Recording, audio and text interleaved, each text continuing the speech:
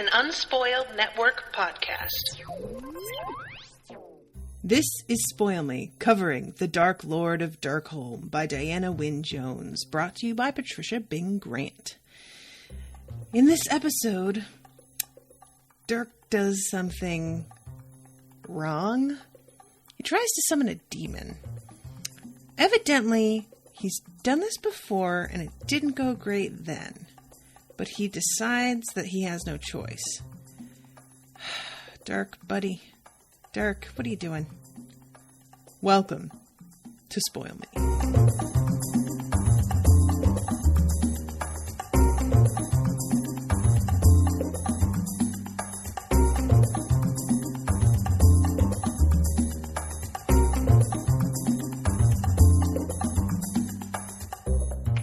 Welcome to the show, everybody. I am Natasha, and thank you very much to Patricia for continuing to commission this book. So this was full of little unexpected, bits and bobs about this world that I keep sort of underestimating how much of these universes Wynne Jones has figured out, I think, because it really startles me when she expands to include a god that I know that gods have been mentioned earlier, and that obviously with the way they were talked about, there had to be specific gods for this world that she has created. But there is something about having people who had experiences with this god that feels so similar to the really spiritual epiphany sort of moments that people have had in our world, that it just has this sense of realism to it that I didn't really expect her to bother with, if that makes sense. There's just a very surface way that you can treat believing in different gods in order to just establish that this exists. And whether or not the god is real, in some stories like this, the god is absolutely real. In some, it's implied that they are believing in nothing, whether that's a commentary on religion in general or just the specific group. But here it feels like that, the commentary is not important to her. That's not what she cares about at all. She's trying to get across how huge a factor the god plays in the lives of those who are devoted to him in a real way. And I appreciate the fact that when Derk goes to visit this temple, while the priest, I'm trying to remember, I'll have to go look in a second. The priest who is running the place is a practical man who's willing to try and bribe Derk. He is not a faithless man. When Derk brings up faking a god appearance, it's absolutely out of the question. This dude won't even consider it. He describes his own encounter with his god in this incredibly emotional, vulnerable moment that makes Derk realize, oh my god, this guy is for real. I wasn't expecting that, actually. So there's a lot of layers and subtlety to this that I just need to start realizing is her jam, man, because she just does that. And I always forget. I think reading oh my god, Howl's Moving Castle first did a bit of disservice to the way that I view Wynne Jones, because I keep functioning from that perspective where that story had less of this to a degree and felt a little bit more like over the top children's fantasy story. And I guess I just didn't adjust my expectations after reading Fire and Hemlock, because it was such a departure that I wasn't sure that was how she rolled in general. I was like, okay, maybe she's capable of that, but that might not be how she writes all the time, especially since I'm going into this book And it's back into fantasy territory, clear fantasy. Like, obviously, Fire and Hemlock is fantasy as well once you find out what's actually going on. But you don't know that from the beginning, and it's very established that it's our world and whatever. So, when I went back into this, I think I reverted to thinking of everything the way that I thought of the Howl's Moving Castle, like, tone. And that's not exactly fair. You know, like, the more I read of her, the more I'm realizing how varied she is and how different the stories she tells are. And this is also, I should mention, the first story of hers that I've read where there's like a male main character, which remains to be seen if that will continue to be the case. It may, you know, switch over to telling of from the perspective of somebody else. But so far reading this, I've only gotten like the one chapter from the perspective of the snake lady. And other than that, it's been almost all Derk. So I think that's probably going to be how it stays. We'll see.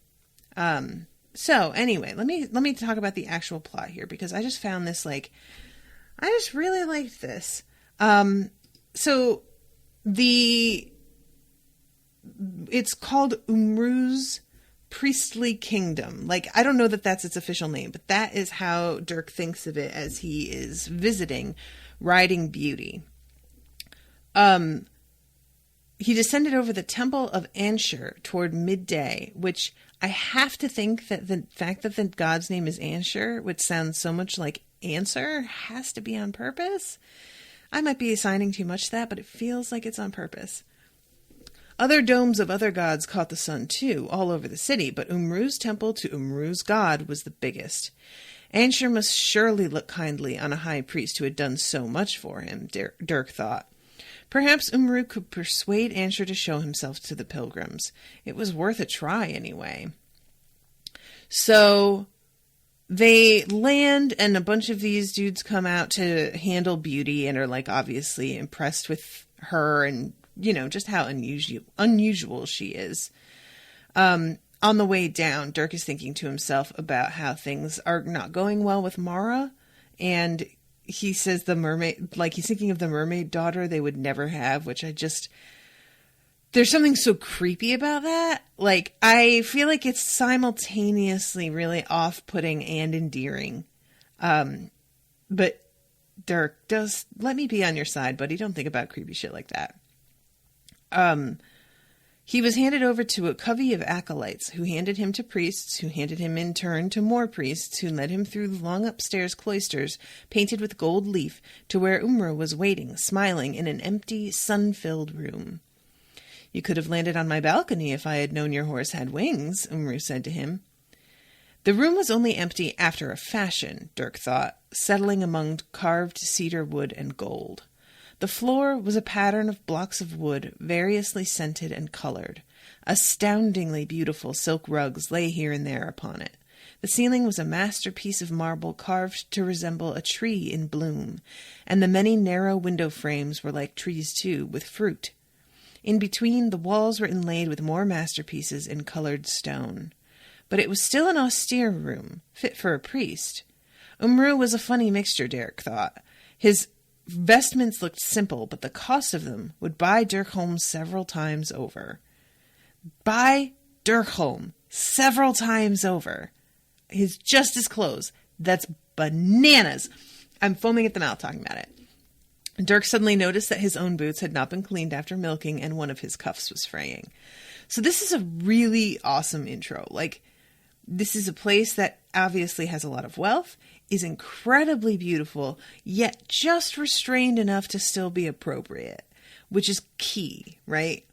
And thus, it gives an explanation to how Umru is willing to try and bribe him, but also not willing to, you know, compromise his own beliefs and respect for his god.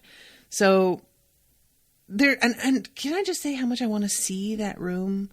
Like, that description is just so beautiful. Like a marble carved overhead to, like, a blooming tree, and silk carpet, and the room is filled with sunlight. Like, that sounds so Nice. I just want to go to there, please. I really, that's all I want.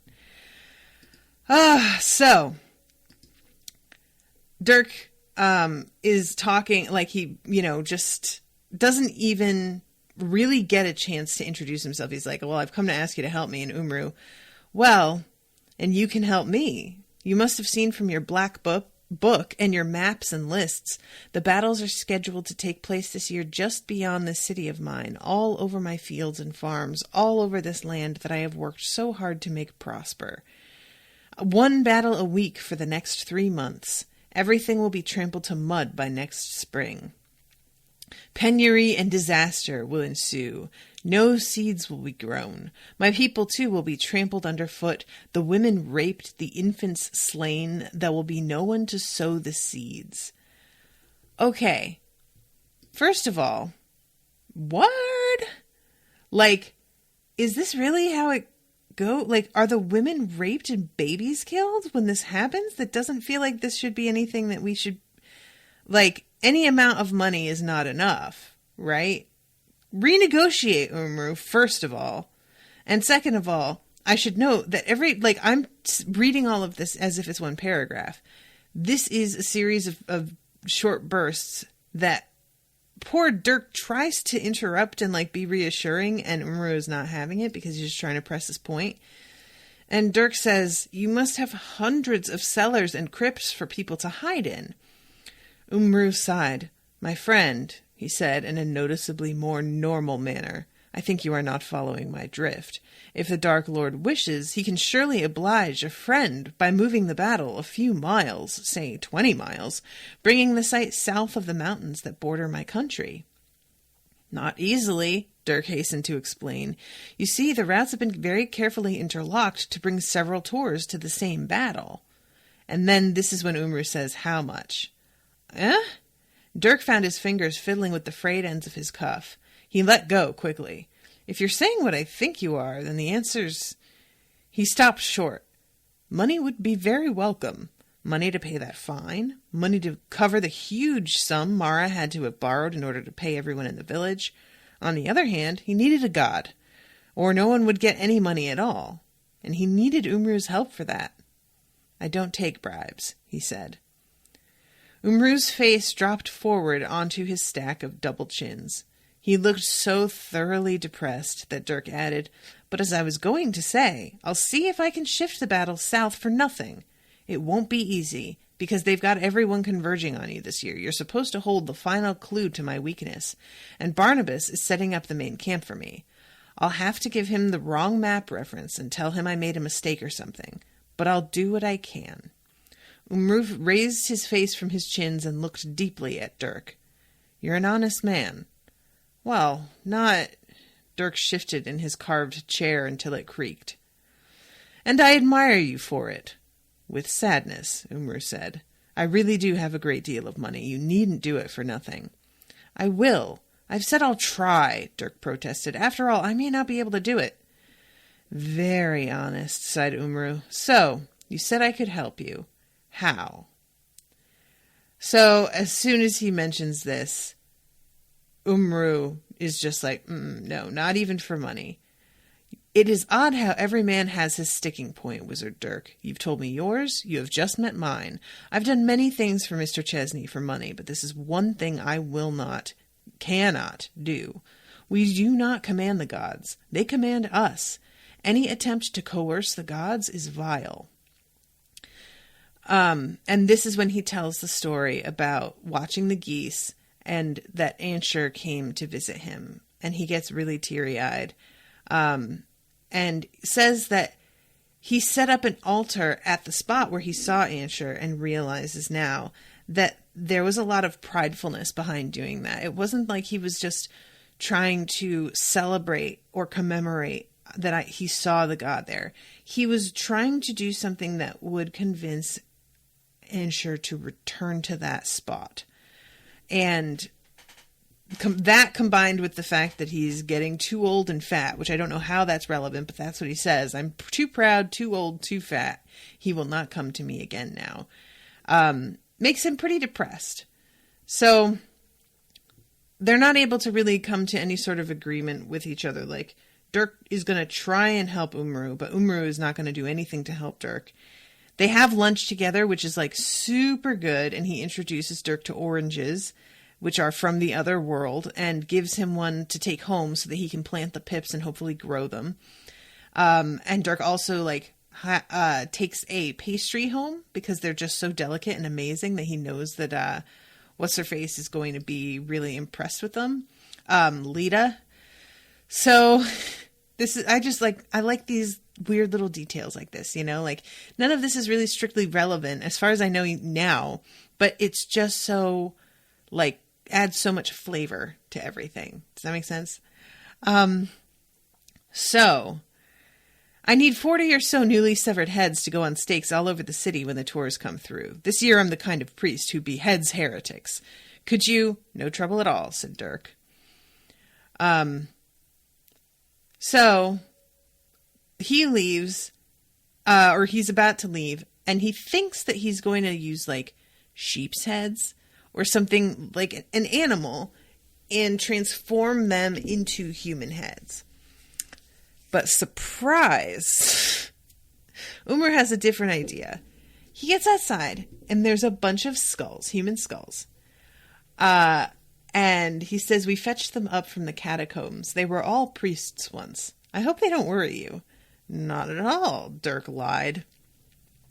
He took a deep breath and began. It was the sort of thing he was good at and so used to that he could have done it with his eyes shut, which, like, I need that kind of reminder that he works with this sort of magic all the time where he's dealing with, like, body parts and tissue and, you know. Before long, he did have his eyes shut most of the time. The skulls under his hands turned back into the people they had once been, but without their bodies. None of them seemed to like the experience. Most of them stared at Derk reproachfully. If he looked away, he saw Umru nodding and smiling cheerfully. Even with his eyes shut, he felt quite ill by the end. Nice quantities of blood, Umru said. Splendid. Let's hope the weather stays chilly. Oh, man. Let's hope the weather stays chilly so they don't rot and stink. Also, these things don't like the experience. So I'm not going to say that they're like back to life and that they're literally staring at him reproachfully. But I feel like that's definitely, there's something happening. You know, there's some kind of consciousness or feel like, I don't feel like he's just imagining that, right? Just the whole thing is so weird and creepy and unexpected. So when Umru offers him the usual fee, he thinks about asking for more and then just agrees to the usual. And I wonder what the usual even is because it's not specified. It's money. It's not like, you know, the usual fee, here's a bag of coffee. But I don't know how much it is. And apparently it's not remotely enough to help. So Derk is checking out the battlefields, the areas that Umru has asked him to help save. And Umru is right. Basically, Derk is realizing that the whole area is so incredibly fertile and beautiful and unusually, like, what's the word I want? This was some of the best farmland he had ever seen. He would have to move the battlefield. That was one good thing to come out of today, and he had gained new fruit, but he still had no god and no demon. So they turn for home, and he notices one headland over to the left caught Derk's eye because it was so green and handsomely wooded with clumps of trees. As Beauty moved nearer to it, he saw a tiny white oblong up there in the midst of the green. It could have been an altar. So he asks for Beauty to stop over there. The leaves were a wonderful array of tinged reds, dark greens, and acid autumn yellow. The grass had been mown a little, but not much, just enough to allow the growth of every kind of meadow flower. Bees buzzed among them. Beauty put her head down eagerly and moved off to graze. Derk simply stood for a while. It felt here as if peace was climbing out of the very roots of the grass, moving up through his feet to his body and filling him with an alert kind of softness. All the worries of being Dark Lord seemed small and far off and easily solved. After a minute or so, he walked over to the white thing. It was an altar as he had thought, small and plain. Plain letters on its side said, "Umru gives this to the glory of Ansher." "I thought this must be the place," Derk murmured. So he begins to ask Ansher directly at this altar for help. And says, "I know it sounds very worldly, but what it means is that there will be a lot of showy fighting over this good farming country, and people will be killed for no reason at all. A great deal of effort going to utter waste. Do you see?" As he went on speaking, Derk had the feeling that he and the small altar were the center of some kind of cone of attention. It was a vast cone whose point centered on the meadow, while the rest went spreading out and up through the sky. Or not exactly up, Derk thought, more like outward into realms and spaces beyond anything humans could reach. The attentiveness was more alive than anything Derk had ever experienced, and it was strong as a bright light. For a while he was sure he was being heard, but there was no kind of answer. There was no reply, and after a time, though not immediately, he felt the cone very softly and quite kindly going away. I love this scene. I love it. Like, she just really captures this feeling of peace and beauty and a sense that there is something more that isn't 100%, like there's no visual confirmation of this. There's no sense other than a sixth sense, for lack of a better word, that can tell something is happening, which is the kind of thing that I get so frustrated because when you have some experience like this, and I've had one, when you have this kind of experience, it is impossible to explain how you know it happened. Like, because there's no proof that you can give to anybody that will be convincing. And let's be honest, even if you did see something, or even if you did actually hear something, people would not really believe you anyway. So hoping for the kind of proof that will make other people believe doesn't really make any sense. Like, there's no point. But there is something to that idea that if we actually see or hear something, that it will convince us in our hearts more firmly that something really happened, that we're not just imagining it. But the truth is, this sixth sense is better at telling whether something's actually happening than our eyes and ears. And it's really a shame that we don't trust that. We've been brought up to believe that we have the five and that's about it. And anything beyond that is mental. Like, and because of it being purely mental, it's not respected. And whether it's mental or not, like, if the person who is experiencing it feels it to be that real, then it deserves to be treated as if it were real. This is the kind of thing, like, to give a strange example of believing something in because of the fact that people believe in it, or are experiencing it. I was reading a thing the other day about how, like, when women are going through childbirth, their pain tolerance goes way up. But from day to day, women's pain tolerance is lower than men's. And this is part of the reason why women's pain in medicine is not taken as seriously. And women are treated as if they are overreacting and that their pain isn't actually that severe, so they don't need to be medicated at the rate that men are. Like, when men say they're hurt, they're given pain medicine much more readily than women are. Women are not believed because the tested pain tolerance that we have is lower. And that's only one reason, of course, why we're not believed, because patriarchy. But the idea that just because, like, we imagine the pain to be worse, that means that it's purely in our heads and therefore not real, is frankly baffling. Whether my pain is as bad as the man sitting next to me is not relevant to me. My pain is what I'm feeling, and that's That's it, period, end of sentence.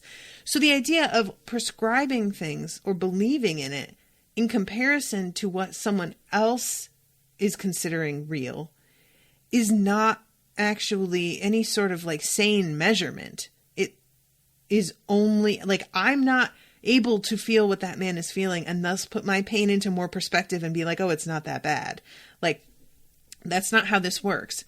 So for me, the idea that like you feel a spiritual connection with something so strongly and have this kind of moment where you know something is there, you feel something has changed, the air is different, your whole awareness is different, and it is something that is so alien, the experience of it, that when it's over, you feel the moment that it's over, and you know that you've gone back to yourself. There's a reason that when you have that moment, it feels separate from everything else. But it's not treated as if that is proof enough when we know how we live every day and how we experience the world. And something that makes that kind of impression on you is real to you, whether or not anybody else believes it. And the experience that I had, it was actually back when I was in high school and I was meditating and I had this overwhelming sense. I was in the woods that all of the trees were telling me, because I was at the time deeply concerned about the state of the environment. It's something that I have chosen to sort of like step away from because it made me so upset when I thought about it. And I was meditating in the woods with this like heartsick feeling of, I don't know why we're doing this. And I feel like we're destroying ourselves and we're destroying you. And I'm so sorry. And the trees talked to me. And I know this sounds like I'm a nut job and I do not care. And straight up were like, oh, don't worry about it. We've been through this kind of shit before. And whether you make it or not, we're going to be okay. And maybe that's not like great news for you, but we'll be okay. And it was one of those strange moments where like they were talking to me and reassuring me, but also kind of like feeling it. There was a profound feeling of just like, honey, worry about yourself. And you know what? Like, as I get older, because at the time I didn't understand it and I didn't really tell anybody about it because it didn't make sense to me. I was like, the trees have been through this before. Why are they acting like this is no big deal? And now I kind of get it more. It's just like, we don't need you to be around. So if you're concerned about anything, be concerned about your people because y'all are the ones that are going to like kill yourselves on this and we'll still be here. So yeah, that's my experience. And it was one of those things that I will never forget because there's no describing how I got the message. I'm saying the trees talk to me because it's the easiest way to like say that, but it was just an overwhelming feeling of a message. There were no words, there was no, and I know that I was in a different place when I heard it than I ever have been since or before. There's just no doubt in my mind that there was something happening right there. But, I don't talk about it really because like, why talk about it? Who's going to believe me? And even if they do, what difference does it make? Like, that's kind of what it comes down to a lot of the time. When you have that sort of thing happen, it's like people keep it to themselves unless they have somebody that they really trust who's in the same place as they are spiritually, which most of us don't have that kind of connection with somebody in our lives. We can be friends with people and really care about people, but when it comes to something about faith, it can be very isolating. So anyway, I just wanted to talk about, because this scene just really, I just felt like she nailed it in terms of like really getting this feeling across. And this feeling of like, he didn't get an answer, but there wasn't anything unkind about the fact that he didn't get the answer. It wasn't like he was being ignored, and it wasn't like there was something refusing to speak to him. It was more like this anticipation that gradually diminished until he was like, well, I tried. and still felt like good about it, even though he's very tired. So he decides that he's going to stop somewhere for some ale. And when he gets there, the dude is packing up and about to bail with his wife. And he's just like, I know that I'm not really in the direct line of fire, but the bloody wizard guides get lost all the time. And I'm not hanging around to give them directions. And he says that there's one last barrel set up and that Derk should go in and help himself. And that he's just going to leave the place open. So Derk goes inside and has some ale and realizes that the inside of this tavern, because like normally there's sawdust and hay and all this stuff on the floor, but it's been all swept out and left neat for when this guy eventually comes back, hopefully. Derk realizes that this is like the perfect place to conjure a demon because it's isolated. It's got a flat floor that he can draw on to make the symbols that he needs. And he decides that he had better go and take care of this before he loses his nerve. Demons were best summoned at night. Before that, he had to get Beauty out of here. And most importantly, look up in the books exactly how you did summon a demon. So then we go to chapter 7, which starts off with Elda, who is like, basically I think of Elda as like the annoying baby sister that just won't leave anybody alone, that keeps poking and prodding and stuff. And like, is she wrong? No, but nobody wants to be bothered. And she just doesn't know when to shut up. And can we not right now, Elda? Oh my God. You know, this kind of thing. So she is wondering where Dad is.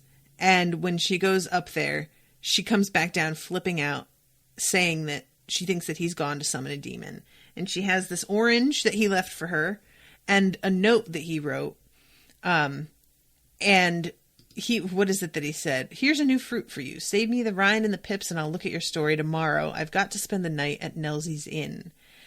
And when they don't understand why she has this suspicion about the demons, she makes them come up to the office with her, and the grimoire is open and a bunch of like demonology books, and her brother who went up with her is like, yeah, I think she's right. And here, Lida, he left this for you. It was on the grimoire making the page greasy. He handed Lida a pastry on a piece of paper. Oh, I'm sorry, it's not a pastry, it's a pasty. I didn't even realize that. Lida rose up on her haunches and took the pasty. She sniffed it. She sliced delicately into the crust with the tip of her beak. Carrots, basil, eggs, she murmured low in her throat. Saffron. Something else I can't make out. This is elegant. I love that moment so much. This is elegant. Like, I don't know if you're a foodie, anybody who's listening, but there is nothing like being surprised by somebody's amazing cooking. Like, it's just such a gratifying moment when you realize that you have encountered something created by someone who really understands how to fucking work with food. And that this is elegant is exactly the kind of response that I hope to have whenever I try anything. Like, just, oh my God, wow, there's something going on here that I don't even know what that ingredient is. Like, I love this. It's just such a tiny thing, but it got to me. And I love too, where is it? Lida says, this seems to be High Priest Umru's favorite food. Save me supper. You have to conjure fasting. Is that true? Lida asked. Can't you really eat anything before you call up a demon? Yup, said Kit, who had no idea, really. I don't somehow think you'd be much good at the job. Kit is such a fucking dick to Lida. Like, later on, she talks about how it's easier for her to get flying if she jumps out of a window instead of from the ground. And he's like, oh, too fat to get up off the ground. I'm like, Kit, if you don't fucking stop. There is nothing about Kit that I like right now. Like, between this and the last chapters where he fucked up and then just acted like a brat and like caved the roof in and everything. Oh, Patricia saying he's generally a dick. He's 15. I mean, that's probably the average. that 15-year-old dudes are dicks. But I just kind of wanted him to, like, have any moments where I was like, well, I sort of see, not yet. He's just an asshole. Let's see. Where's the part that I wanted to go to next? Sometime later, Colette heaved herself up to the steps in the gloom and dumped a large, chinking bundle triumphantly down on the terrace. There! Finished! 126 gizmos. I said I'd finish before the light went, and I did. Which leads to something a little bit later with a dragon. That was such a weird moment, but we'll talk about that. So she had seen Elda go and that realized that Elda hasn't come back. And when they all realize this, they decide that they are going to have to go after her because she's like the baby. And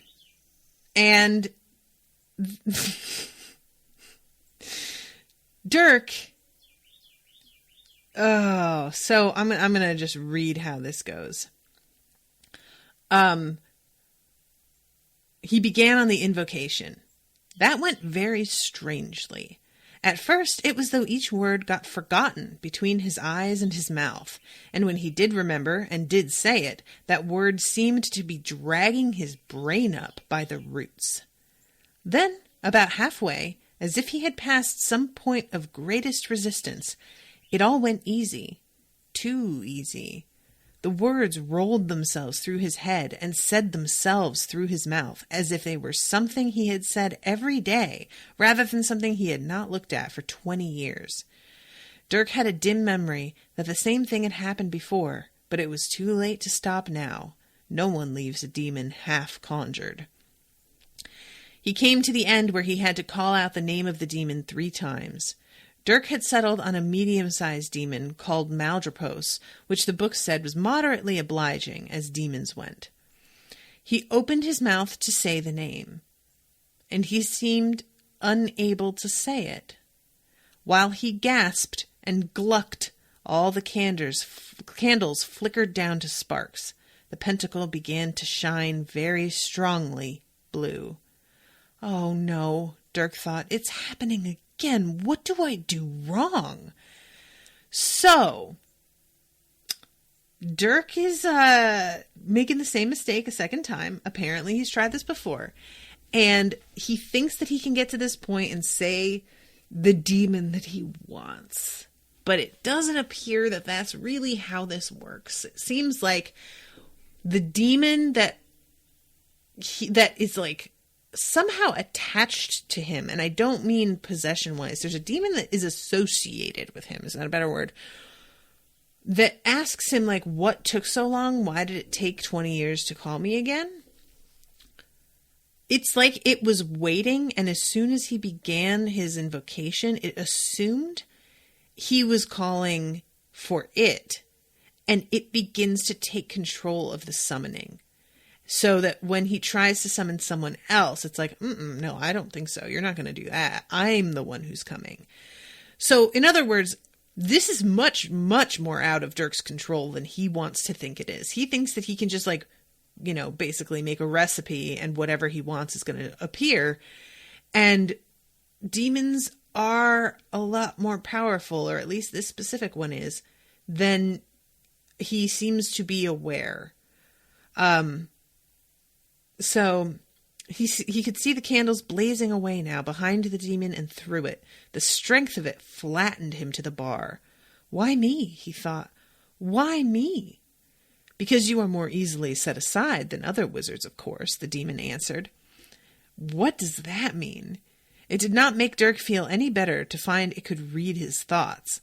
I don't want any of those irksome bindings laid on me. You were going to try to set me to some task, weren't you? Not exactly, not you. I was hoping for a smaller demon to guard my house when I have to turn it into a citadel. To appear and menace pilgrims, you know. Ridiculous, said the demon. And this is why you called me to this place? To appear and make faces? Do wizards have no serious purpose these days? Most of them are too busy running around after Mr. Chesney's pilgrim parties, Derk explained. So the lesser demons tell me. The demon's tail appendage rippled contemptuously. It took a step toward Derk on its three lissom leg-like parts. That's a hard sentence to say. The bar behind Derk creaked under the pressure. He felt as if he were being spread out against the wood like butter. He had never, ever met any being so strong. So he thinks he's going to get eaten. And the demon's like, nah, I'm not going to eat you. I don't want your soul. I have other flesh to boil. When I have done that, I shall come back and pay you for letting me through into this plane. How? Derk asked. How? By infesting your house, of course. Isn't that what you wanted? Was this a threat or a promise? Derk wondered. Did it matter? When might I expect you then? Whenever is least convenient for you, the demon replied. Number your days until then. Which, like, so the demon's, like, sounds in a way like he's saying, oh yeah, I'll come and guard this citadel. But, like, he says infest your home. So obviously, yeah. And just the whole, like, power of this demon is just so beyond what Derk was prepared for. And also the fact that he, like, had it written down how to lay a binding, but there was obviously no way he was going to do that. I'm just wondering, you know, we've talked about how Derk wasn't great at the university, that he was able to do very specific things, but not some of the stuff that his friends and colleagues could do. Is that what he means by you're more easily left behind than other wizards? Like, it's just a matter of Derk not being good at this kind of magic, maybe? So it wasn't until he had knelt for over a minute, this is after the demon is gone, that Derk realized he had never once, not even at the very back of his mind, thought of asking the demon to pretend to be a god. You simply could not bring a god and a demon together in one mind somehow. The rescue party, meanwhile, was not enjoying itself. So things like the flying that all of these griffins are doing, they are not experienced with this kind of flying. They are all super tired. And the next day are in very bad shape, like really, really sore. Nobody wants to move. Lita, who's usually in charge of the cooking, is like, y'all do it. Figure it out. I can't. I'm sorry. Which I found really interesting because, of course, you know, you figure that they're made to fly, that they must do that all the time, that it would be really fun. And you would, but it's the sort of thing that, like, we have legs that work perfectly well, but how many of us goes running? The majority of us do not just go running. So the idea, like, oh, but it would be fun. Like, it's exercise. It's a strain. It's not, like, is it fun? Maybe, if it's not something that you can just do all the time. If it's a novelty, it's fun. But, like, otherwise, it's just getting from place to place, and it's not that exciting. So I like that, you know, just a sort of a different way of understanding flight as just a means of getting somewhere that still takes energy and isn't as, like, seen as such a majestic thing by the creatures who can do it. So they're sitting there and they see this the blue demon coming out of the roof of the inn. And when I say coming out of the roof, I mean it's not breaking through it because it's not a solid object. The demon is like light somehow. It shrank a little and stood poised on the inn roof. When the griffins wearily leveled out, heads bent down between their spread wings, ready to soar or sideslip if the thing came for them, the blueness leaped into a long flash of azure light, rushing in zigzags underneath them faster even than lightning, and disappeared into the distance behind. Almost at once, from where the first flash had touched, there came a terrified griffin screech, followed by frantic cheepings from down below. So they get down there, and poor Elda, like the demon went through her as it left and fucked her up. She says, it came through me. It felt like that soda that melted your talon, Lida. It was cold, and it burned. So Blade manages to translocate with Elda because there's, like, no way that she's going to be able to fly home. And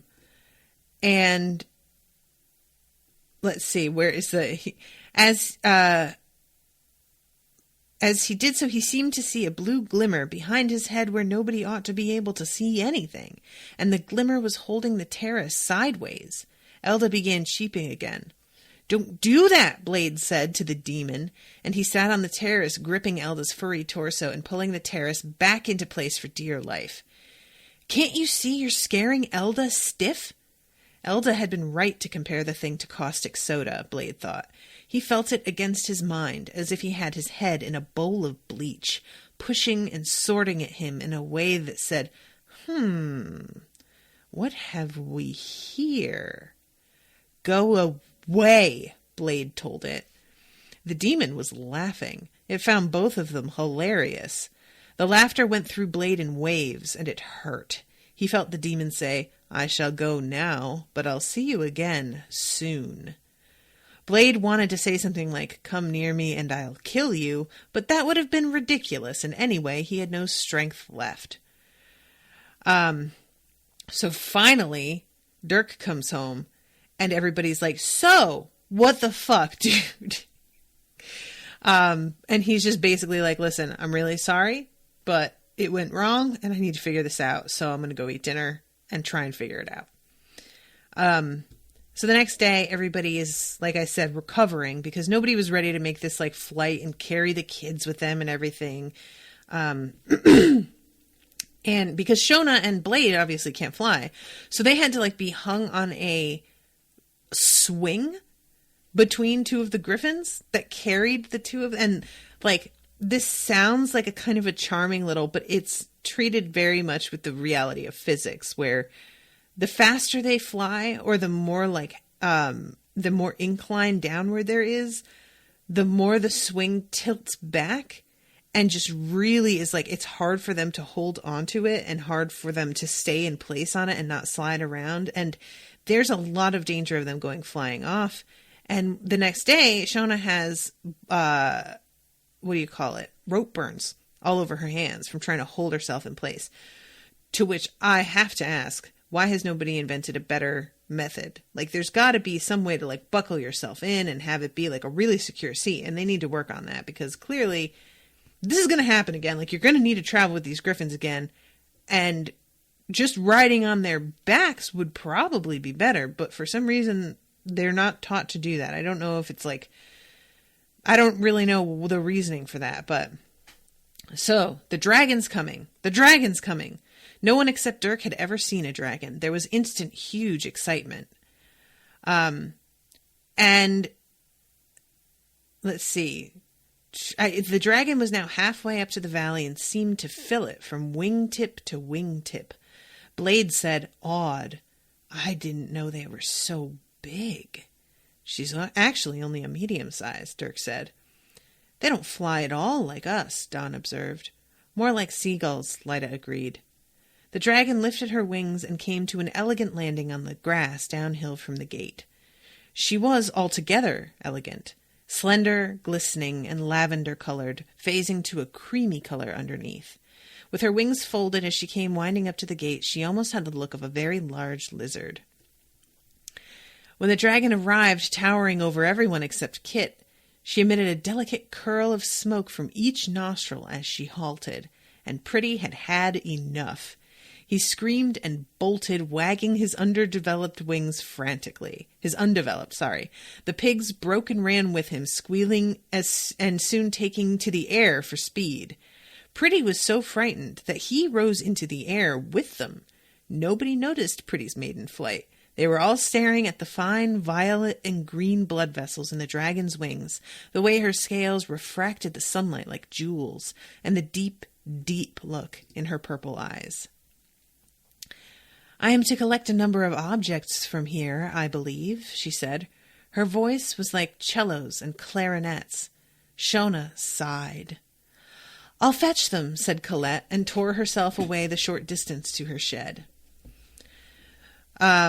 Here," she said, dumping it a cautious 3 yards from the dragon.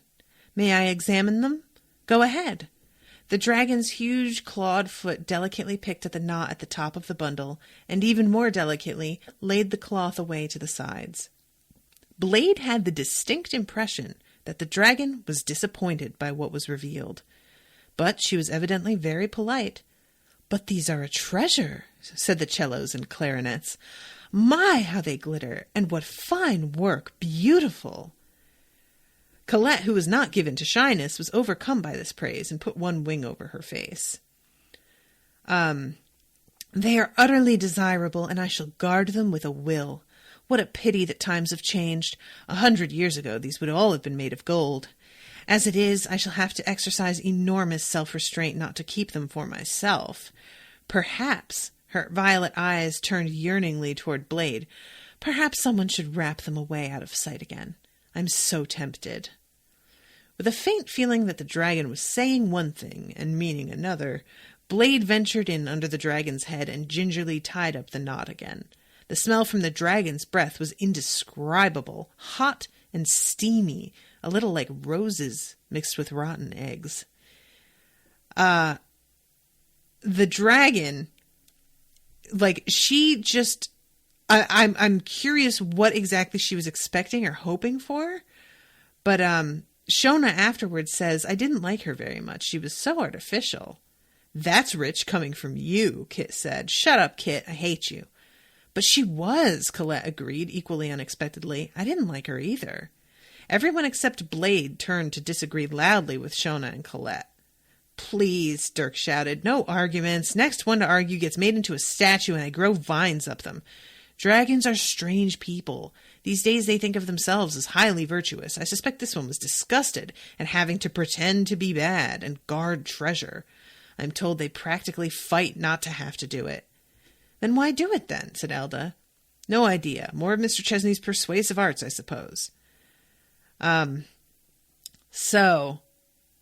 Patricia's saying, "I think she wanted real gold." I think you're probably right, but there's no, she's disappointed. There's no way she could have expected it to be made of real gold, right?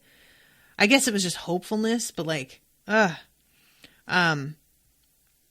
the dragon's coming back. Kit says it's flying wrong. Something's hurt it. Where's Dad? Derk was already running towards the gate when Blade and Elda reached the terrace.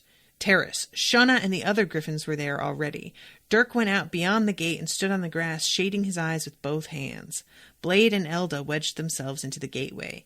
The large black seagull shape was definitely coming towards Derkholm again, out over the plains. But even at a distance they could see something was wrong. It was staggering in the sky. One wing seemed to be damaged. The dragon would tip that way, then overcompensate and tip the other, then right itself with much ungainly flapping so that it came nearer and bigger in jerks. "Distressing to watch," said Derk, "but I don't think this is the same dragon." "Are you sure?" asked Shona. "Yes," said Derk. "This one's a male, and I'd say it was a good deal bigger." "How do you tell their sex?" Don wanted to know. "The males don't have that long, lizardy look." The only explanation he could think was that there had been some misunderstanding or maybe even a fight over who was to guard the gizmos. I love the description. It became clear that the injured dragon was very much bigger than the first one.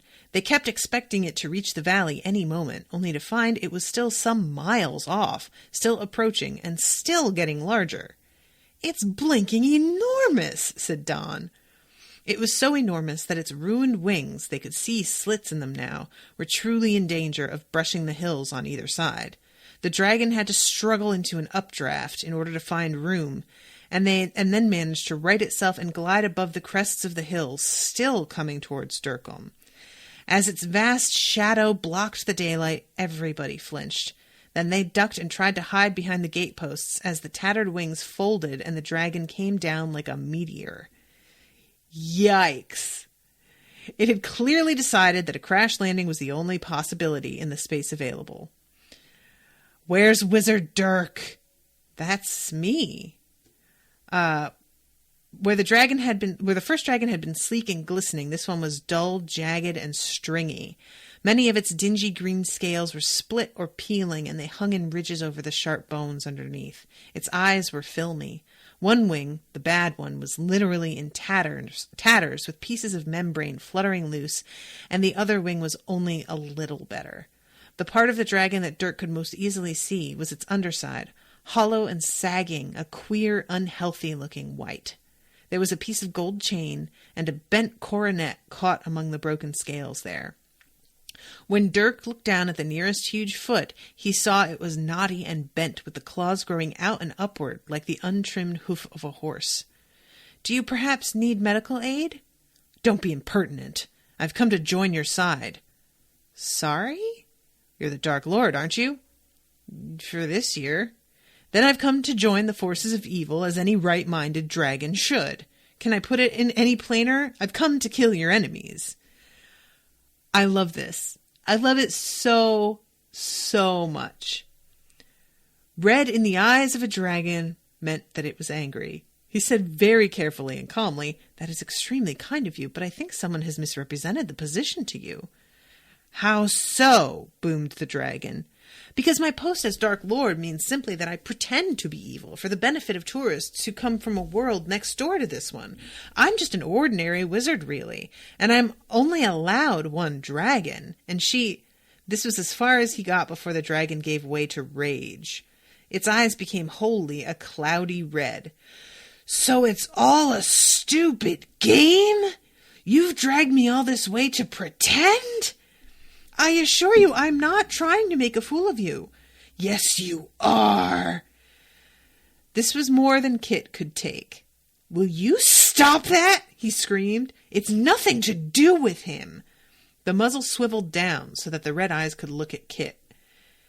He calls Kit a little catbird.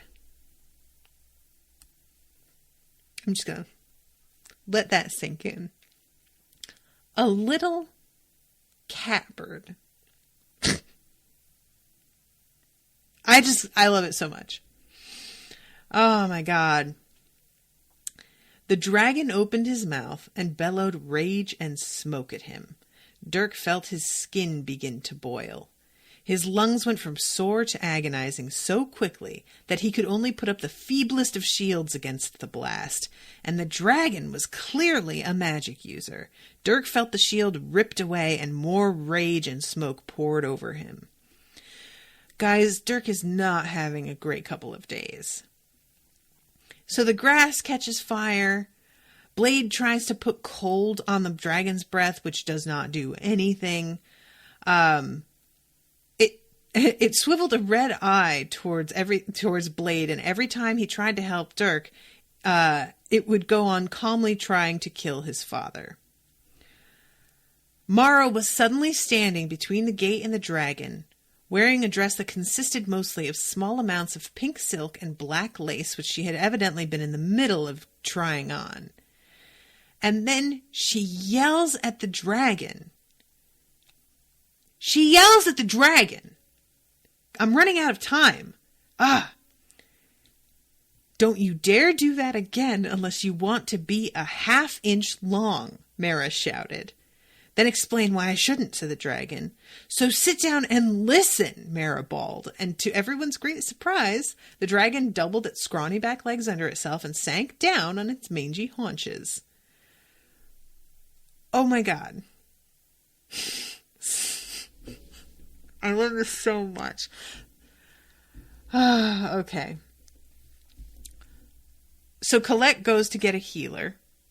And Mara tells Blade to get his dad to the house. Derk is in very bad shape. His clothes are smoking. His skin is like yellow and covered in blisters. It's real, real bad. Make him cold, quick. First aid for burns. Freeze him. Thankful to be told, Blade concentrated until he could feel his own feet ache with cold. I like that Lita's the one who thinks of that because she's a cook. So obviously she's going to know the first aid for burns. Like, that's just something that you're going to have to know, right? So let's see. The slightest jolt made Derk utter more of these terrible hoarse noises. I bet there's nothing worse than burns. Like, for serious. It's the worst thing. Now let's see. The healer, who was a thin, brown, harassed-looking woman, took one look at Derk and turned everyone out of the room except Lita. "You look the calmest," she said. "I'm not, really," Lita said, but she stayed. Soon after, Mara left the dragon for a short while and went in to speak to the healer. Oh my God. She's still trying to clear his lungs, Mara said to everyone. She said to thank whoever cooled the burns off because she can concentrate on his breathing first, but she'll have to stay the night. I want her to come and see the dragon after that. The dragon is half dead. His wings need stitching, and I think he has some kind of deficiency disease that may have affected his mind. I want to know what the hell the deal is with this friggin' dragon. She'll have to put him in a healing coma for the next 5 days at least, and he'll be in bed for a while after that. But, Mum, the tours start the day after tomorrow. I know, and the Dark Lord's army comes through tomorrow. It's a disaster. Let me know when the healer's finished with Derk. And she hurried away to see the dragon again. And that is the end. So, like I said, I'm over time here with my recording. But this is super fun. I know, again, there are so many things that I absorb the words while I'm reading it, but don't think through the implications of it. And the fact that there are many dragons out here is something that I just didn't really fully appreciate what that meant before. So I'm all about it. And I really want to know what the deal is with Mara. What? Because it seems like she knows this dragon and asked it to come, and then it's just doing the wrong thing. And what the hell, Mara? What are you up to? So I think I'm going to wrap up. Thank you again very much to Patricia, who is in the chat right now, for commissioning this book. This is really fun. And I have to record Black Mirror in a moment, or not in a moment, but shortly. I have to go watch it now, or else I would be reading right away because I really want to know what's going on with this dragon. And I didn't expect Derk to get so hurt, right? That's rough. So I'm very curious. Nothing is going the way that I thought it would go. So thank you all so much for listening. I hope that you're enjoying this. There should be a link in the show notes if you're interested in grabbing up this book so that you can read it. And I hope you do. I hope that you get into Diana Wynne Jones because she's great. And until next time, toodaloo, motherfuckers.